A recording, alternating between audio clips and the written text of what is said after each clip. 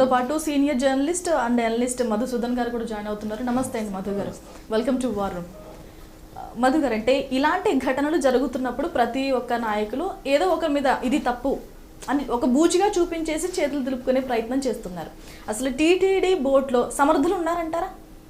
అదే ఇక్కడ పెద్ద ఇబ్బందికరమైన పరిస్థితి ఏంటంటే, ఒక ఆలయం, ఒక ధార్మిక సంస్థ, ఆ ధార్మిక సంస్థకు ట్రస్టీగా ఉండవలసిన వాళ్ళు అంతో ఇంతో ఆ విషయంపైన అవగాహన కలిగి ఉండాలి, ధార్మిక చింతన ఉండాలి. ఇక్కడ ఎలాంటి ప్రజలు వస్తారు, వాళ్ళు ఎలాంటి వసతులు కల్పిస్తే బాగుంటుంది, వీటన్నిటికీ సంబంధించి అక్కడున్న సిబ్బంది కంటే ముందుగా ఆ పాలక మండలిలో ఉండేటువంటి అధికారులకు, అంటే పాలక పక్షం తరఫున వచ్చిన వాళ్ళకు కూడా కొంత మేరకు అవగాహన ఉండాలి. ఏమైపోయిందంటే ఇప్పుడు టీటీడీ పాలక మండలి అంటే ఇట్స్ ఏ పొలిటికల్ చైర్స్ లాగా అయిపోయింది.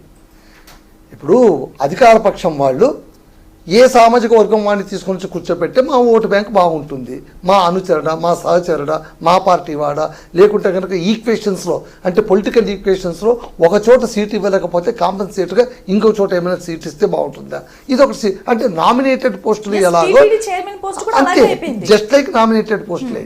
సో పదవుల పందేరంలో ఇది కూడా ఒక భాగం అంతే, అంతకంటే వ్యత్యాసం ఏం లేదు. మళ్ళీ ఎప్పుడైతే ఇది పదవులో పందేరం అయిపోయిందో ఇక్కడ వచ్చి కూర్చున్న వాళ్ళు ఎలాంటి వాళ్ళు వచ్చి కూర్చుంటారు, అసలు దీని క్వాలిఫికేషన్స్ ఏంటి, టీటీడీ పాలక మండలిలో ఉండవలసిన సభ్యుల కనీస అర్హతలు ఏంటి, ఇవన్నీ ఎవడు పట్టించుకుంటున్నాడు?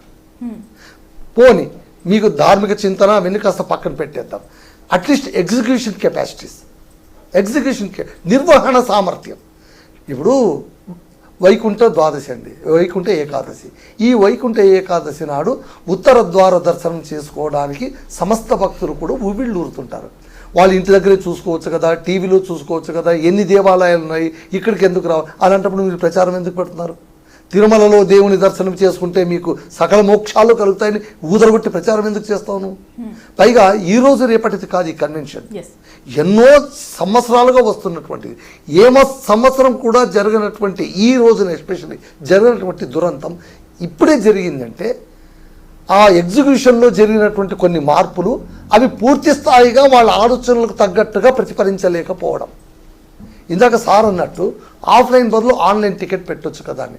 గత ప్రభుత్వం అంటే గత పాలక ప్రభుత్వాలు వాళ్ళు ఏం చేసేవి, వైకుంఠ ద్వార దర్శనానికి 7 లక్షల మంది వస్తారని అంచనండి ఈ 10 రోజుల్లో.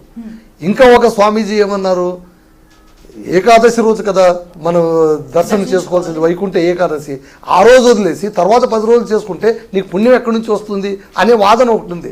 సరే, నీ పుణ్యం కథ పక్కన పెట్టు, కనీసం ఎక్కువ మంది రద్దీ లేకుండా, ఒత్తిడి లేకుండా ఆ వారం రోజులు ఎప్పుడొచ్చినా కూడా నీకు ఆ పుణ్యం లభించినట్టే అని ఏదో ఒకటి భక్తులకు చెప్తే పాపం వాళ్ళు నమ్మేస్తున్నారు. అంటే ఏకాదశి రోజు దర్శనం చేసుకోకపోయినా వెంకటేశ్వర స్వామి దర్శనం చేసుకుంటున్నాం, అంతకంటే భాగ్యం మాకేం కావాలి అనుకునేటువంటి భక్తులు మామూలుగా ఉండరండి. ఏడాది నుంచి కూడా టికెట్ బుక్ చేసుకుంటున్న వాళ్ళు కూడా ఉంటారు. సో ఇక్కడ ఏమైపోయింది, గత ప్రభుత్వం ఏం చేసేది, 2 లక్షల టికెట్లు ఆన్లైన్లోనే అమ్మేవాళ్ళండి, రోజుకి 20,000 చొప్పున అమ్మేవాళ్ళు. ఆఫ్లైన్లోన 5 లక్షల టికెట్లు రోజుకి 50,000 చొప్పున అమ్మేవాళ్ళు. ఇట్లా డిస్ట్రిబ్యూట్ చేసేసి ఆ తర్వాత ఆన్లైన్ అన్నప్పుడు ఆయా రాష్ట్రాల్లోనే టీటీడీ దీంట్లోనో లేకుంటే మొత్తం ఆన్లైన్లో చేసుకోవడం, ఇవన్నీ చేయడం వల్ల ఏమవుతుందంటే ఒకే చోట కూర్చొని టికెట్ తీసుకోవాలనే ఒత్తిడి కొంతమేరకైనా తగ్గుతుంది. ఇక్కడ ఏమైపోయింది, టికెట్ లేనిదే దర్శనం లేదు అనే మాట మొదట వినిపించింది.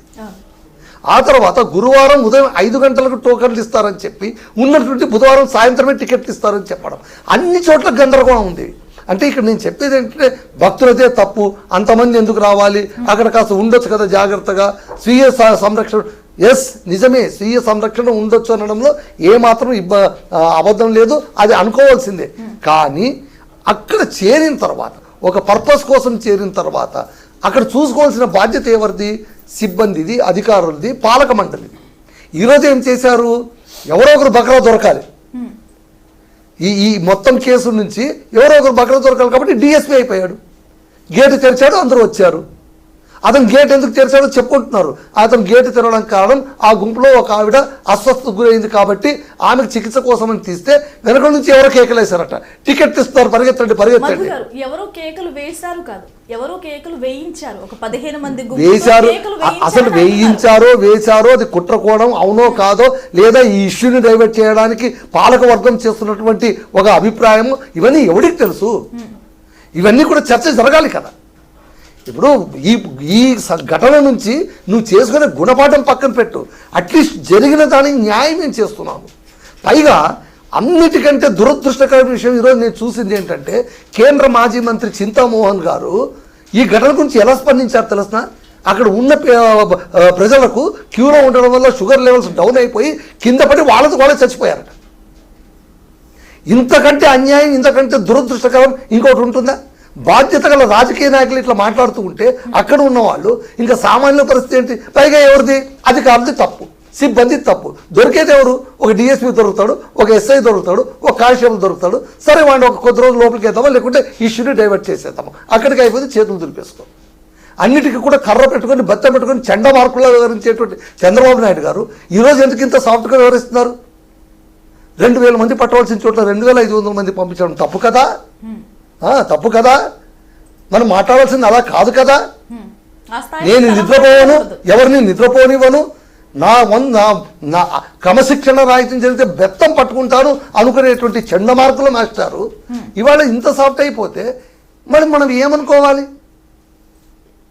సో నేను అనేది ఏంటంటే, ఇంతమంది గుమిగూడడం జనాది తప్పు అనే మాట పక్కన పెట్టేసి, పైగా టీటీడీ అంటే సామాన్యమైన వ్యవస్థ కాదు, దానికి ఉంటే బడ్జెట్ స్టేట్ బడ్జెట్, దానికి వచ్చే ఇన్కమ్ ఎంత, మరి ఇన్కమ్ అంతా ప్రభుత్వం తీసుకుంటుంది కదా, తీసుకొని తప్పులేదు, పేదలకు సంస్కరణల కోసం తీసుకుంటుంది, ఇట్స్ గుడ్.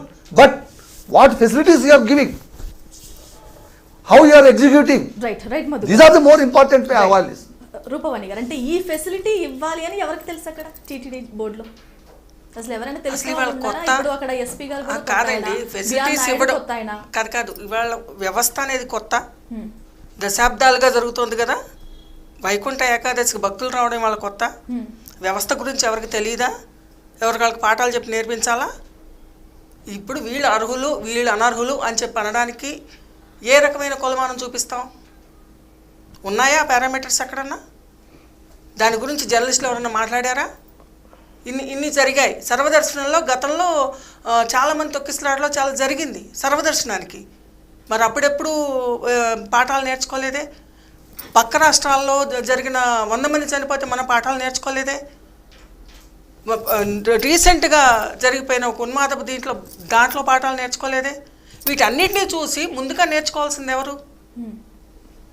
నేనేమంటున్నా అంటే, నీ ప్రాణం నీకు లెక్క ఉంది అని అంటే నువ్వు జాగ్రత్తగా ఉండు.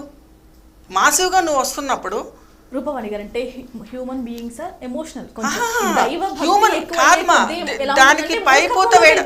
హ్యూమన్ బీయింగ్స్ మనము విడివిడిగా చూస్తే విడివిడిగా తప్పుగా కనిపిస్తుంది. ఒక స్ట్రెచ్లో తీసుకుని వెళ్ళినప్పుడు పర్యవేక్షణ లోపం, పాలక మండలి లోపం, తర్వాత స్వీయ లోపం, ఇవన్నీ కలిస్తే కొంచెం సేపు పక్కన పెట్టేయండి. ఎందుకు పక్కన పెట్టాలి? కాదు, ఎందుకు పక్కన పెట్టాలి? కాదమ్మా, ఇప్పుడు మొదటి ఇన్సిడెంట్ జరిగినప్పుడు అయ్యో తెలియక వెళ్ళారు అనుకోవాలి, అవునా? అప్పుడు సామాజిక బాధ్యత ఏది? అప్పుడు ఈ చర్చకు అర్థం లేదు. మనం నేర్పించాల్సింది సామాజిక బాధ్యత. నువ్వు ఎంతసేపు యంత్రాంగానని, లేకపోతే పొలిటీషియన్స్ అని, లేకపోతే ఇంకొకళ్ళని అంటే నువ్వు ఒక ఎస్కేపిస్ట్, పలాయనవాది. దీనివల్ల చర్చ వల్ల నీకు ఒక ఆలోచన